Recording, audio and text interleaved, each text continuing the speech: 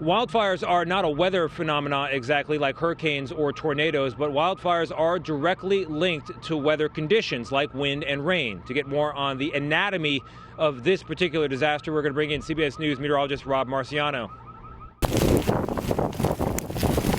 LA residents in a panic, desperate to save their home.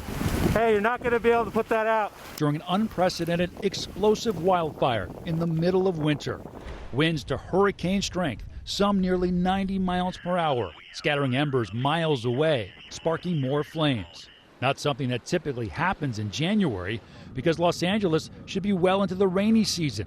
But downtown LA has received just over a quarter of an inch of rain since May, the second driest stretch in nearly 150 years. Our wildfires are definitely getting worse. We have had a very large increase in the size and the intensity of wildfire, and that is driven in part by a warming climate.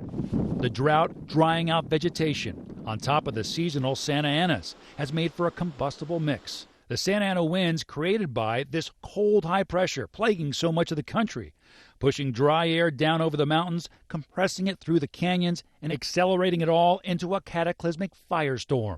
The winds turning iconic palm trees into whipping flamethrowers, sending smoke and fire in every direction.